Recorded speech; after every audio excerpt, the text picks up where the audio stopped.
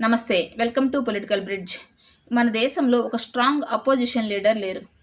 అందుకనే బీజేపీ నుంచి 3 సార్లు నరేంద్ర మోదీ గారు గెలుపొందుతూ వస్తున్నారు. 3 సార్లు ఛాన్స్ ఇచ్చినా గానీ రాహుల్ గాంధీ గారు ఆ ఛాన్స్‌ని నిలబెట్టుకోలేకపోయారు. తనని ప్రూవ్ చేసుకోలేకపోయారు. అందుకని ఇప్పుడు కొంతమంది కాంగ్రెస్‌లోని లీడర్లు రాహుల్ గాంధీ గారిని ఆ రేస్ నుంచి తప్పించి, పీఎం అయ్యే రేస్ నుంచి తప్పించి, ఆ ఛాన్స్ ప్రియాంక గాంధీ గారికి ఇవ్వాలని కొంతమంది తమ వాయిస్‌ని బలంగా వినిపిస్తున్నారు. పార్టీలో కూడా నిర్ణయం తీసుకోవచ్చు.